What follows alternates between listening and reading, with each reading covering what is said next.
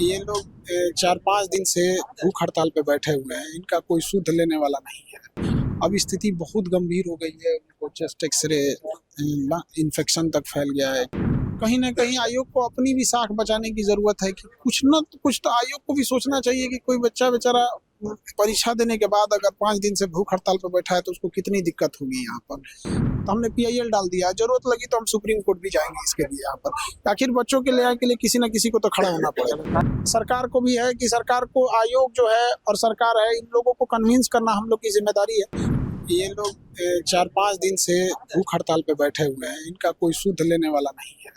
अब स्थिति बहुत गंभीर हो गई है। उनको चेस्ट एक्सरे इन्फेक्शन तक फैल गया है। किडनी फंक्शनल रिपोर्ट बहुत नेगेटिव आ रहा है यहाँ पे। तो ये लोग एडमिट हैं। इन लोग को वहाँ इनका हिम्मत बढ़ाना है और कहीं न कहीं आयोग को अपनी भी साख बचाने की ज़रूरत है कि कुछ न कुछ तो आयोग को भी सोचना चाहिए कि कोई बच्चा बेचारा परीक्षा देने के बाद अगर 5 दिन से भूख हड़ताल पे बैठा है तो उसको कितनी दिक्कत होगी यहाँ पर। तो इसमें आयोग को भी सुनने की ज़रूरत है और हमने इस पे पीआईएल डाला है हाई कोर्ट में।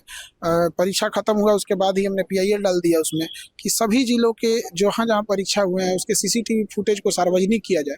जब सीसीटीवी फुटेज आ जाएगा तो सारा चीज़ क्लियर हो जाएगा, क्या अफ़वाह है, क्या हकीकत है। और दूसरा जिस पे शक है उसका नार्को टेस्ट किया जाए। तो हमने पीआईएल डाल दिया, ज़रूरत लगी तो हम सुप्रीम कोर्ट भी जाएँगे इसके लिए यहाँ पर। आखिर बच्चों के न्याय के लिए किसी न किसी को तो खड़ा होना पड़ेगा। लगातार कई दिनों से धरने पे बैठे हुए हैं स्टूडेंट, सरकार कितने देखिए आयोग को इस पे तो सोचना पड़ेगा यहाँ पे कि कहीं ना कहीं बच्चों के हित में सोचे। सरकार को भी है कि सरकार को आयोग जो है और सरकार है, इन लोगों को कन्विंस करना हम लोग की जिम्मेदारी है। हमारी कोशिश है कि इन लोग को कन्विंस किया जा सके यहाँ पे।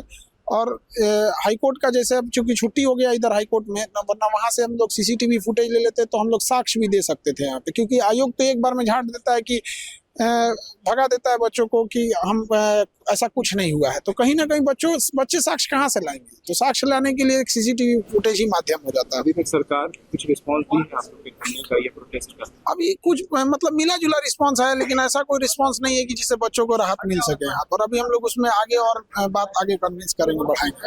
आप अस्पताल में कितने लोग घायल हैं? यहाँ लगभग 4 से 5 लोग हैं जो बहुत सीरियस हैं, उनको बहुत आईसीयू में भर्ती करना पड़ गया। और बाकी 10 लोग हैं जो अब उनकी भी बीमार हैं, बट ये जो 4-5 है ज़्यादा सीरियस है।